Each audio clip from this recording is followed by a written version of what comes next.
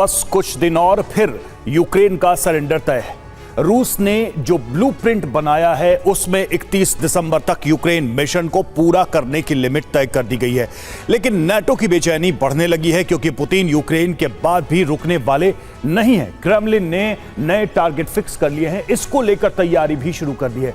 इसका सीधा मतलब है ट्रंप की ताजपोशी से पहले रूस यूरोप में कुछ बड़ा करने वाला है, जिसमें उसके टारगेट पर कई नाटो देश हैं। अब सवाल उठ रहा है कि अगर नाटो पलटवार करता है तो रूस परमाणु बम का इस्तेमाल कर सकता है, यानी यूरोप एक बड़े संकट में घिर चुका है, जिसके केंद्र में पुतिन है, जिसके फरमान पर यूरोप विनाश की शुरुआत हो सकती है।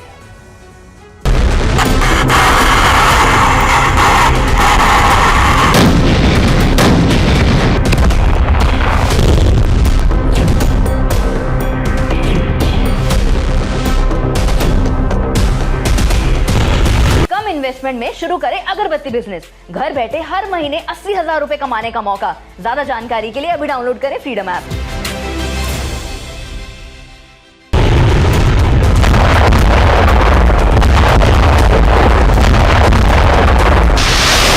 इकतीस दिसंबर तक यूक्रेन का खात्मा।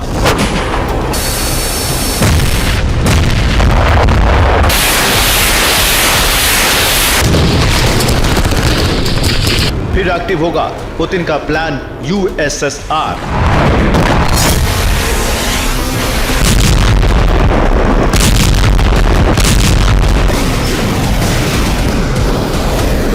और पूरा यूरोप में आएगी जबरदस्त तबाही जो कभी भी एटमी जलजले में बदल सकती है।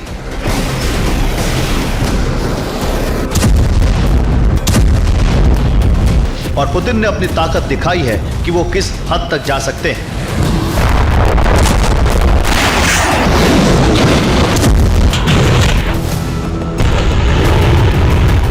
रूस ने S-500 का टेस्ट किया है, जिससे पेंटागन में खलबली मच गई है।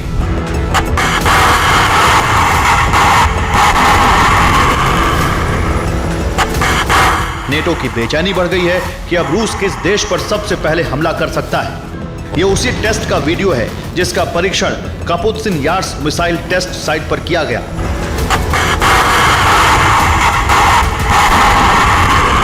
S-500 युद्ध में सबसे बड़ा गेम चेंजर साबित हो सकता है। इसको लेकर रूस ने फुल स्केल परीक्षण किया।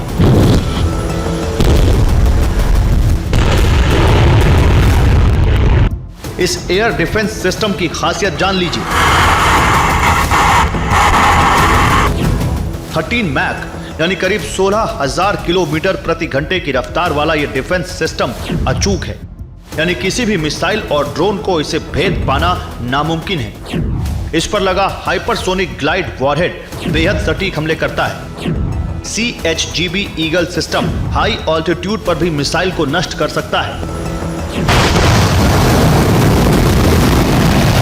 सिर्फ S-500 ही नहीं बल्कि यार्स और सरमत के सहारे रूस दुनिया में हाहाकार मचाने को तैयार है।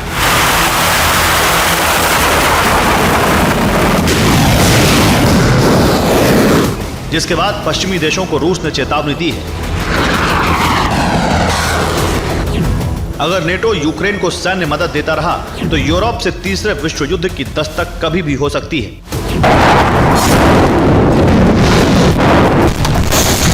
यानी रूस लंबे युद्ध की तैयारी कर रहा है, जिसमें पुतिन का पहला मिशन है कि यूक्रेन का खात्मा, उसके बाद बाल्टिक देशों पर कब्जा।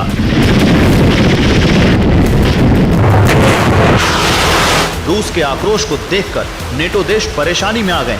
घबराहट इस कदर है कि नेटो में भी फूट पड़ने लगी है।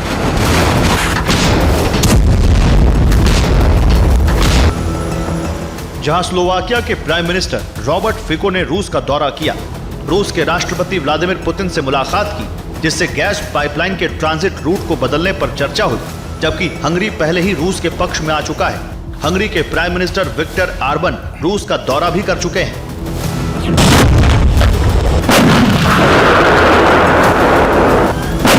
यानी यूक्रेन को सैन्य मदद को लेकर नेटो में संतुलन नहीं बन पा रहा है, क्योंकि जो नेटो खुलकर यूक्रेन का साथ दे रहा था वो अब बचने लगा है।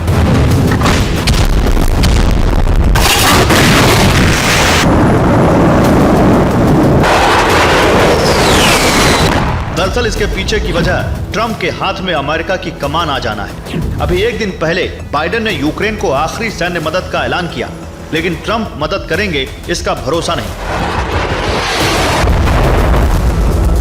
क्योंकि पुतिन को यह समझ आ चुका है कि ट्रंप नेटो और दूसरे देशों की लड़ाई में अमेरिका को नहीं झोंकने वाले।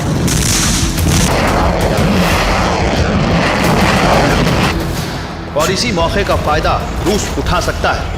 जब वो पहले यूक्रेन को भस्म करेगा, फिर बाल्टिक देशों की तरफ हमले की तरफ बढ़ सकता है।